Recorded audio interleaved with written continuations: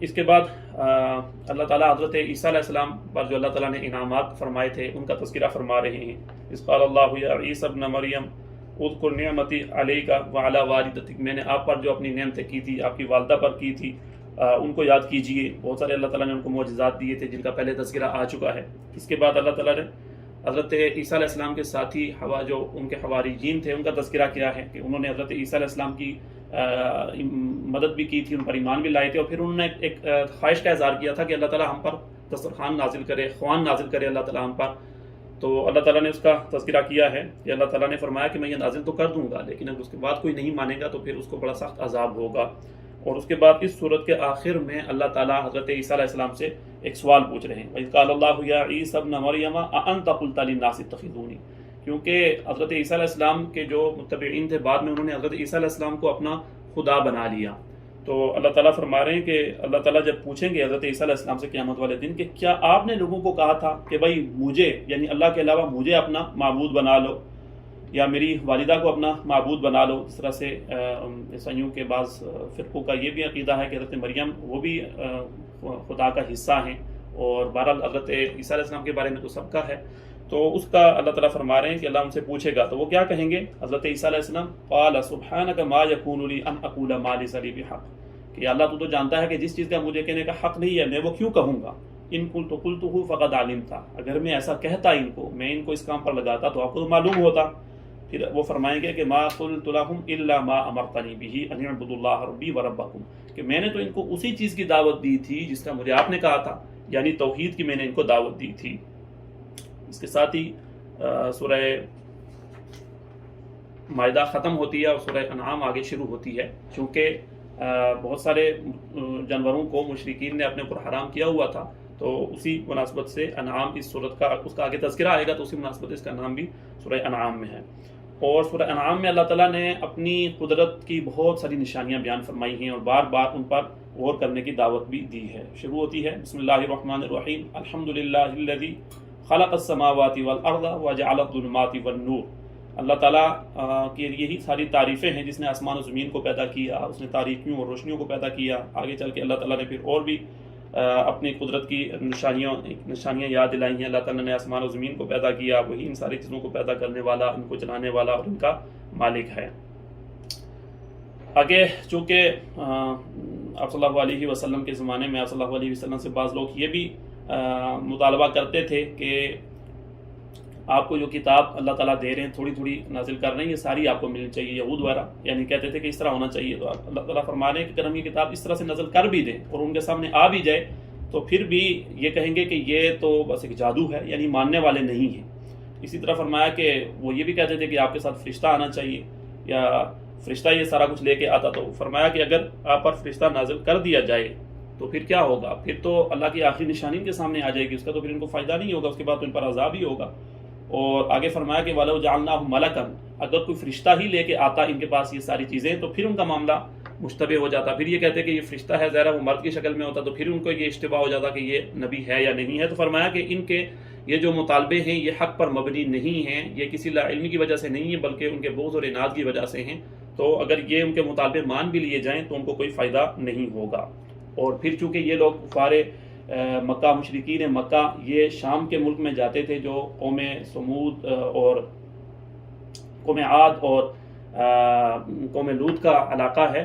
تو اللہ تعالیٰ فرما رہے ہیں کہ وہاں پہ دیکھو کہ ان لوگوں نے جب اللہ تعالیٰ کی بات نہیں مانی تو ان کا کیا انجام ہوا. ذرا غور تو کرو جب ان کی بستیوں سے گزرو، ان کے علاقوں سے گزرو.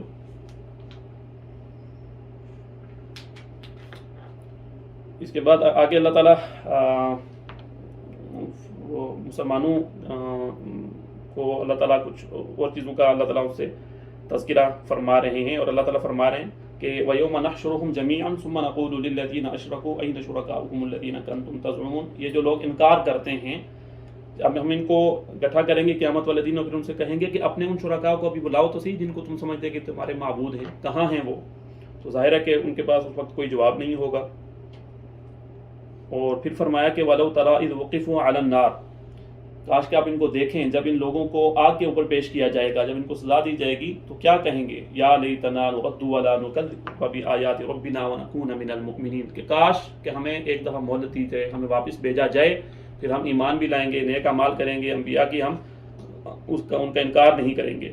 آگے اللہ تعالیٰ فرما رہے ہیں کہ وَلَوْ رُدُّوا لَعَادُوا لِمَا نُهُوا عَنْهُ، اگر ان کو بالفرض لوٹا بھی دیا جائے واپس، ان کو مہلت دی جائے، پھر بھی اپنے وہی کام کریں گے جنہوں نے پہلے کیے ہیں، تو ان کا اس تمنا کا انہیں کوئی فائدہ نہیں ہوگا۔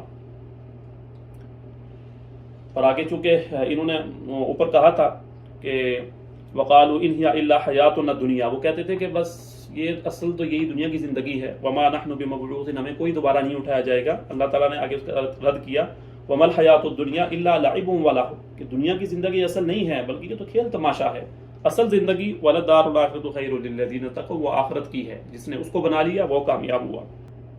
آگے اللہ تعالیٰ فرما رہے ہیں کہ وَلَقَدْ أَرْسَلْنَا إِلَىٰ أُمَمٍ مِّن قَبْلِكَ فَأَخَذْنَاهُم بِالْبَأْسَاءِ وَالضَّرَّاءِ لَعَلَّهُمْ يَتَضَرَّعُونَ، ہم نے آپ سے پہلے بھی بہت ساری امتیں بھیجی، پھر ہم نے ان کو آزمایا سختیوں سے، تکلیفوں سے، اور تاکہ وہ اس کے بعد اللہ تعالیٰ کی طرف لوٹیں اور ان کے اندر عاجزی آئے۔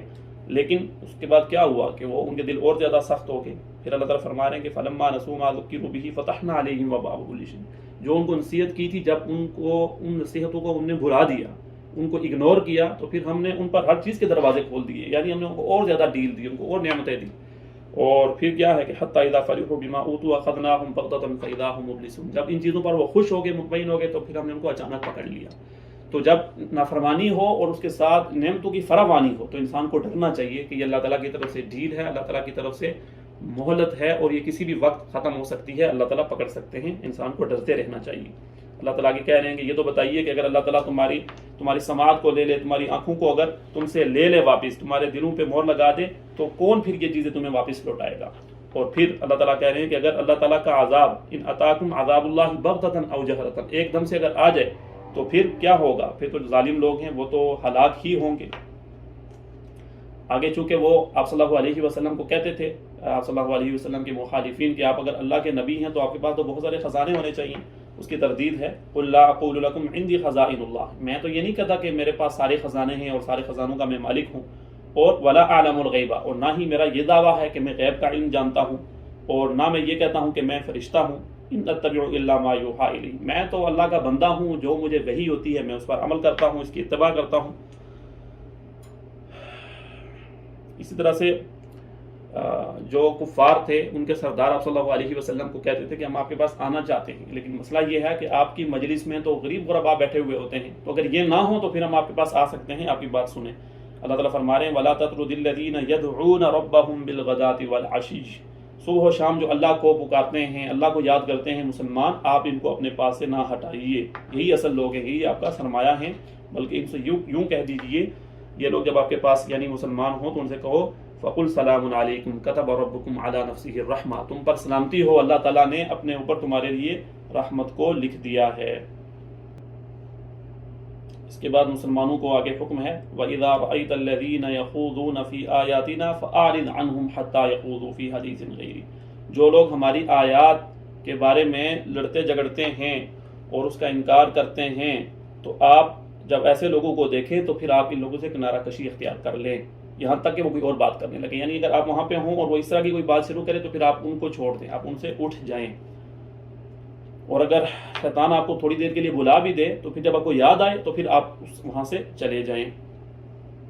یعنی جو لوگ اس طرح کی باتیں کرتے ہوں، دین کا مذاق اڑاتے ہوں، اس طرح کے کام کرتے ہوں، ان کے پاس نہیں بیٹھنا چاہیے، ان سے کنارہ کشی اختیار کرنی چاہیے، الا یہ کہ وہاں بیٹھنے سے، آپ کے بیٹھنے سے، آپ اہل علم ہیں، وہ لوگ آپ کی قدر کرتے ہیں۔ اگر آپ کو لگتا ہے کہ بھئی آپ وہاں بیٹھیں گے تو اس کا فائدہ ہوگا، وہ لوگ یہ کام چھوڑ دیں گے، پھر تو ٹھیک ہے، لیکن اگر کوئی فائدہ نہیں ہے تو پھر آپ کو وہاں بھی بیٹھنا نہیں چاہیے۔ اس کے بعد اللہ تعالیٰ نے حضرت ابراہیم علیہ السلام کا واقعہ بیان فرمایا ہے کہ چونکہ وہ جس علاقے میں رہتے تھے وہاں پہ لوگ بت پرست تھے، اور خود ان کے جو والد تھے وہ صرف بت پرست ہی نہیں تھے بلکہ وہ بت تراش بھی تھے، بت بناتے بھی تھے۔ تو انہوں نے اپنے والد کو کہا تھا وَإِذْ قَالَ إِبْرَاهِيمُ لِأَبِيهِ آزَرَ أَتَتَّخِذُ أَصْنَامًا آلِهَةً، کیا ان بتوں کو آپ اپنا معبود بناتے ہیں؟ إِنِّي أَرَاكَ وَقَوْمَكَ فِي ضَلَالٍ مُبِينٍ، میں تو آپ لوگوں کو بڑی گمراہی میں دیکھ رہا ہوں۔ اس کے بعد چونکہ وہ لوگ بت پرست تھے تو حضرت ابراہیم علیہ السلام نے ان کے سٹائل میں ان کو جواب دیا، کیسے؟ فَلَمَّا جَنَّ عَلَيْهِ اللَّيْلُ رَأَىٰ كَوْكَبًا، حضرت ابراہیم علیہ السلام ان کے پاس کھڑے ہو کے انہوں نے دیکھا کہ جب ستارے نکل رہے ہیں تو کہا کہ قال ھذا ربی. آپ اصل میں آپ علیہ السلام ان پر رد کرنا چاہ رہے تھے، ان کو لاجواب کرنا چاہ رہے تھے، تو کہا کہ شاید یہ میرا خدا ہو جو کہ ستارہ ہے. پھر جب وہ ڈوب گیا تو وہ فرمانے لگے کہ بھئی جو چیز ڈوب جائے وہ خدا نہیں ہو سکتا. پھر فلما رأى القمر بازغا قال ھذا ربی، جب چاند نکلا تو کہا کہ شاید ان کو سنا کے کہا کہ یہ شاید رب ہو. لیکن جب وہ بھی ڈوب گیا تو کہا کہ اگر اللہ تعالیٰ مجھے ہدایت نہ دے، یعنی وہ مجھے سیدھی راہ نہ دکھائے تو میں سیدھی راہ نہیں پا سکتا. اس کے بعد جب سورج نکلا تو فرمایا کہ فلما رأى الشمس بازغة قال ھذا ربی ھذا اکبر، کہ یہ تو بہت بڑا ہے، یہ ہو سکتا ہے کہ خدا ہو. فلما افلت قال یا قوم انی بریء مما تشرکون، جب وہ بھی غروب ہو گیا تو پھر ان کو مخاطب کر کے کہا کہ یہ دیکھو یہ ساری چیزیں آتی ہیں پھر غروب ہو جاتی ہیں، پھر یہ آنکھوں سے اوجل ہو جاتی ہیں، پھر یہ ان کو زوال آ جاتا ہے. تو جو چیز آئے اور پھر غائب ہو جائے، جو ایک جگہ پہ ٹھہر نہ سکے، تو وہ خدا نہیں ہو سکتا. چنانچہ میں جن چیزوں کی تم پرستش کرتے ہو، جن کو تم معبود مانتے ہو، میں اس سے براءت کا اعلان کرتا ہوں. اور پھر کیا کہ میں اپنے آپ کو اپنے اللہ کی طرف متوجہ کرتا ہوں، یعنی یکسو ہو کر اسی کو اپنا خدا مانتا ہوں جس نے اس آسمان کو، ان زمینوں کو، ان ساری چیزوں کو پیدا کیا، اور میں شرک کرنے والا نہیں ہوں. اس کے بعد بہت سارے انبیاء کا تذکرہ ہے. یہاں پہ غالباً سب سے زیادہ انبیاء کا تذکرہ اسی مقام پر ہے. اللہ تعالیٰ نے بہت سارے انبیاء کا تذکرہ کیا کہ ہم نے ان سب کو سیدھی راہ دکھائی اور ان پر اللہ تعالیٰ نے اپنا فضل کیا.